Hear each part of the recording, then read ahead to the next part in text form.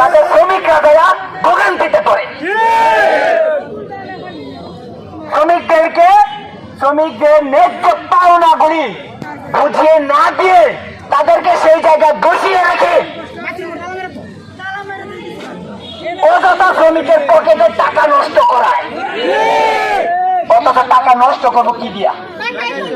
টাকাই তো নাই, কিন্তু না খাওয়া থাকে এগুলি কেউ দেখে না। সেনাবাহিনী বিজিএমির সামনে আইসা বলছিল ইফতারির টাকা বিজিএমই তোমাদেরকে দিব, রাত্রে তোমাদেরকে বিজিএমই থেকে ডিনার করাইবো। এই কথা কম কেন? ঠিক কিনা? সেহরির খাবার বিজিএমই থেকে তোমাদেরকে দিব, কিন্তু বিজিএমই কর্মকর্তারা আমাদেরকে সেটা দেখে নাই।